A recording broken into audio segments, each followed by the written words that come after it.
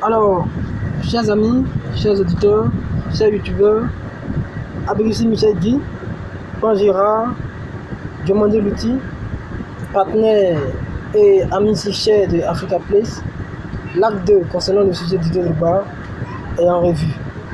Alors, je vais comme ça attirer votre attention sur une petite histoire. Sur un royaume, le royaume Enyimé au Congo.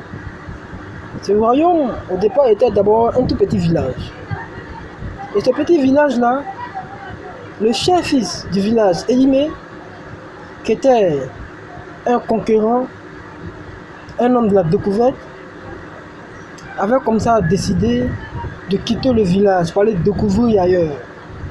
Et Enyimé, qui a passé son temps à parcourir le monde, à partir un peu partout, traverser les fleuves, il était, disons, hors de son pays natal, hors de son village natal pendant des années, des dizaines d'années.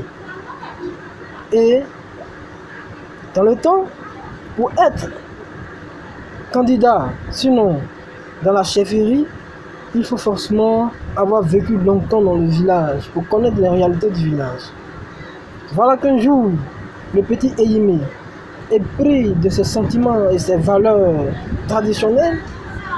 Le fils Enyimé décide alors de rentrer chez lui au village pour faire valoir ses connaissances, pour faire apprendre à ses chers pères, pour être contributeur, pour apporter sa contribution à son village.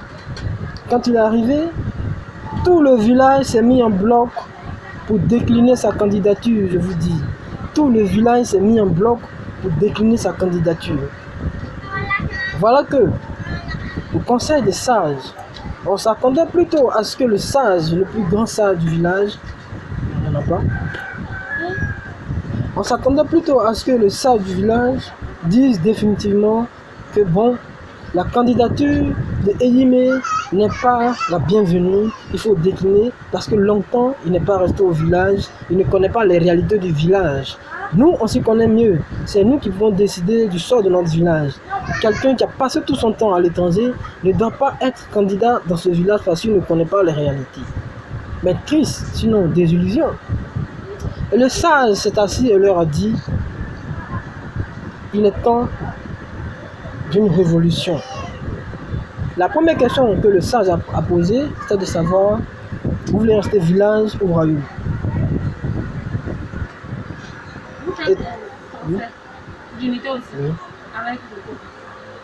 Et tous ont répondu, nous voulons être royaume. Il faut passer du stade de village à devenir royaume.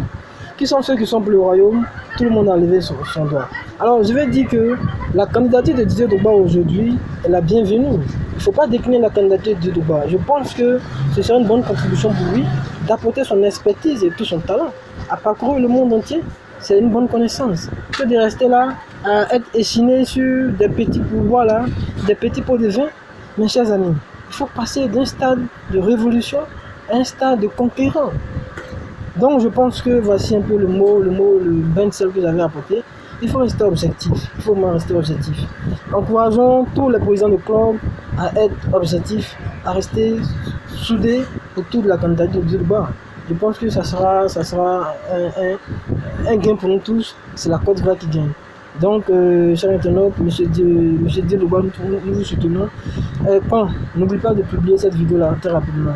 J'attends les retours. Merci.